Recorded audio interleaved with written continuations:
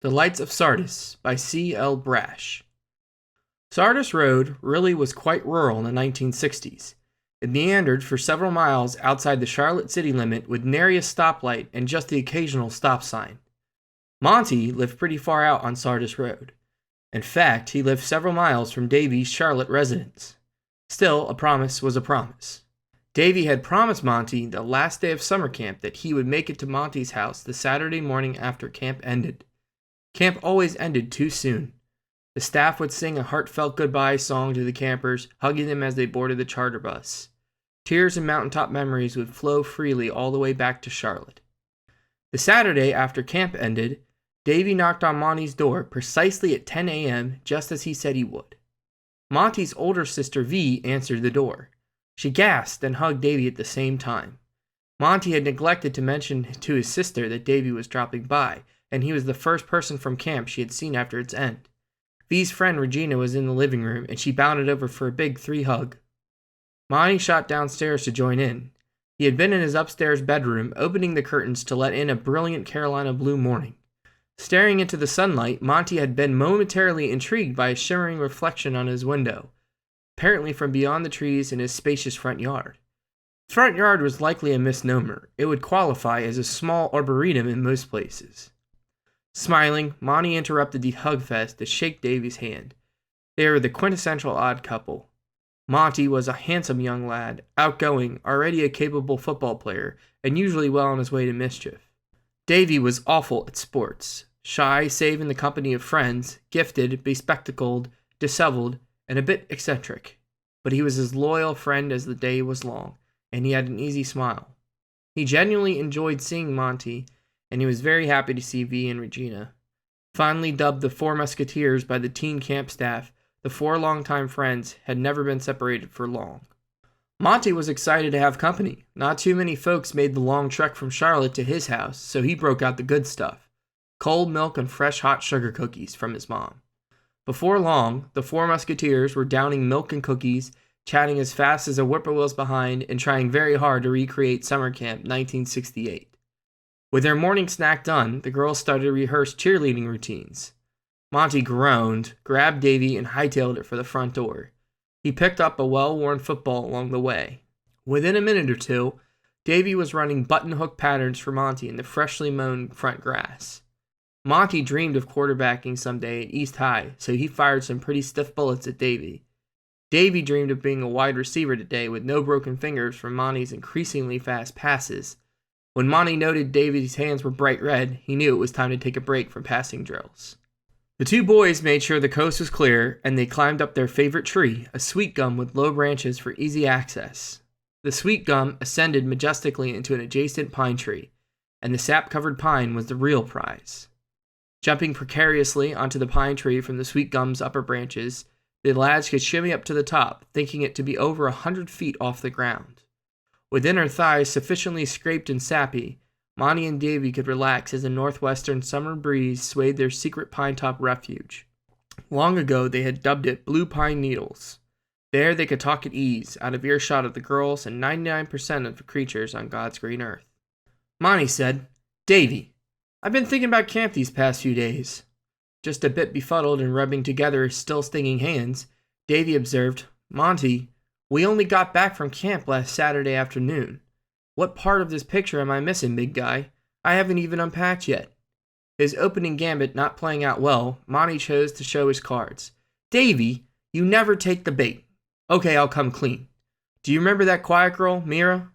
Feigning indifference, Davy replied, "Oh yeah, the cute blonde the girls over in Cabin 5 called the Ice Princess." Camp staff had slapped a no-loan zone policy on Mira on day one. 2 staff members were always within eyesight so no one could get too fresh with her. Davy continued. Egghead and Muskrat over in Dorm 1 tried to put the weave on her at skit night, and Mira shot them down in flames with a look that put them on a slab of cold marble. I do remember her now, a classy chassis. Why do you ask? I ask because I can't get her out of my mind. Those blue eyes, her smile, that peaches and cream complexion, all that blonde hair, those legs clear up to there. I want to see Mira again, big time, and don't tell me that I can wait until summer camp of 1969. She might forget me by then. Gently toying with his prey, Davy said, "She might forget you by then? Mira and you were an item at camp? Maybe I haven't been keeping up with current events, but that's news to me. To forget you, she would have to remember you first. There must have been over 50 guys at that camp that were Twitter-pated over that girl. Why would Mira remember you above and beyond 49 other love-struck boys?" Blushing now, Monty admitted, "She remembers me because I professed my love to her. The first night at camp, I asked her on the dorm 1 bench by the pool to marry me." Davy was genuinely shocked. "Holy cow! Isn't 12 a bit young to be getting married? Maybe you should learn to drive first. What did V say? What was Mira's reaction?" "Good grief, Davy. V is the mouth of the South. If I told her, she would spill the beans to Regina and my folks, and I would never get to see Mira again. Which would make marriage a difficult proposition at best." Unperturbed and for once not snapping at the bait, Monty continued. "Mira's initial reaction was a lot better than the flak-burst egghead and muskrat took from her on skit night. Mira said I should come see her after camp was over, and now camp is over." "All that is fine and good, Monty, but do you even know where Mira lives? How would you get there? If your folks drive you, they are sure to ask where they are going." Monty almost whispered, "I overheard Mira at skit night telling a Cabin 5 counselor where she lives. It's on the other side of Charlotte." Monty put all of his cards on the table then, but in a low voice. V and Regina down below had started their ritual fruitless search for the boys in the house, the front yard, and the backyard. Incredibly, in 3 years, the girls had never thought simply to look straight up. "Davy, you were voted most intellectual up at camp on awards night. I need you to figure out some way to get me to Mira's house from here, and pronto." Now Davy was just plain stunned. He did not have a driver's license any more than Monty did. "My magic carpet is in the shop for repairs, Slick. Please give me just a minute or two to think this thing out." Monty knew when to be quiet around Davy, and that time was now. Davy's favorite television show was Star Trek, and his favorite character was Mr. Spock. He always knew what to do, and how to pull Captain Kirk's fat out of the fire, week after week. Captain Kirk had the hot girls in their Bill-sized designer clothes, but Mr. Spock had logic. What would Mr. Spock do? Davy contemplated. "Monty, we have to be logical about this. You have no car, you're too young to fly, you don't have wings, and on top of that, you can't hoof it to Mira's house. You'd be a southern fried crispy critter by the time you walked there." It was safe now to make the long, scratchy descent from the Blue Pine Needles. V and Regina had mounted their bikes and they were riding cheerleader practice. Davy had a thought as he started to climb down. "Chocolate. Monty, I have some peanut M&Ms in my pocket to help us solve this puzzle."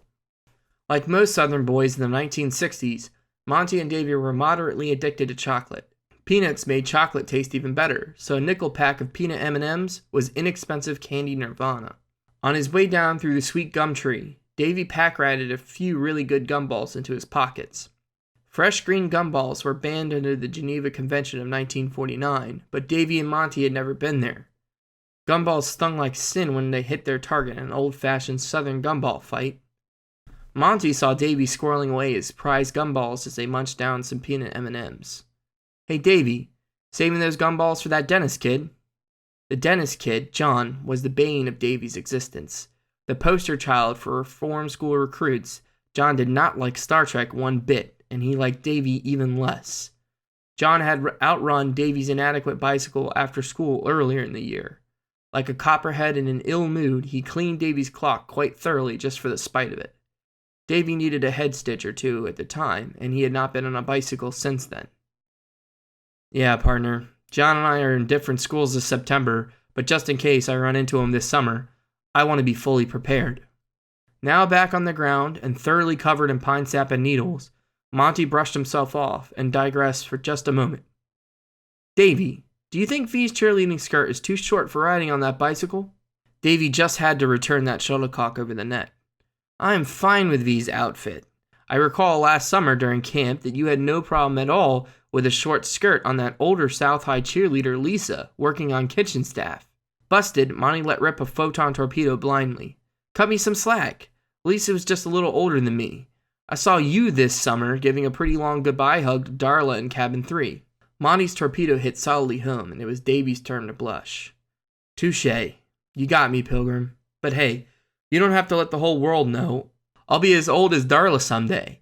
Besides that, I think I have a solution to your transport problem. Monty put a hand on his friend's shoulder. Davy, I've been holding out on you. Do you remember the last night at camp, after awards night?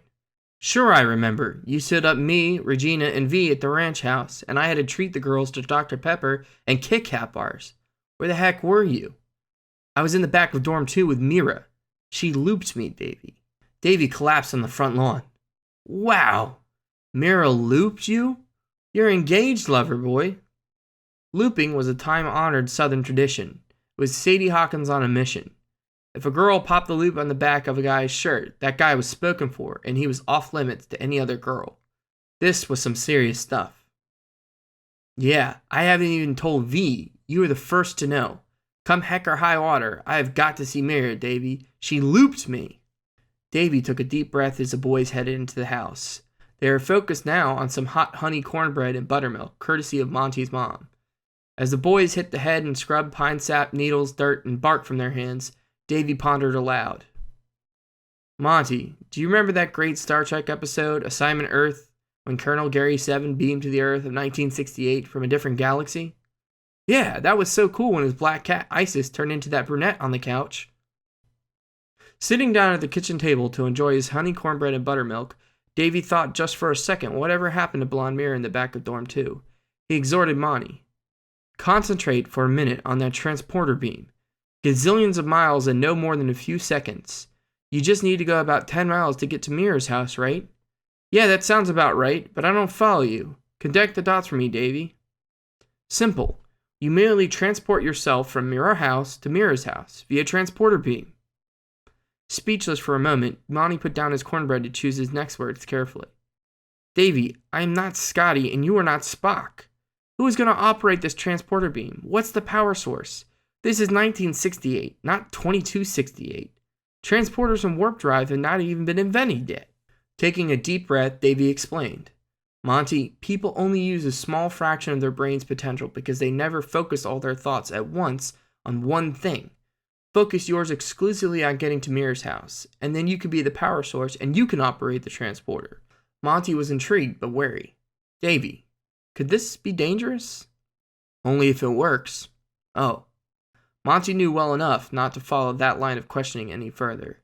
The small voice of reason in his head was already asking him to consider the consequences of missing the mark and materializing on the far side of the sun. Fortunately, it was a very small voice, and if truth be told, he felt quite satisfied with himself after a good lunch. Let's do it. So what do I do? Davy had a purpose now. Great. Let's head back outside so we have some clear space around us. The boys scampered outside past Monty's mom, who wondered what they were up to now.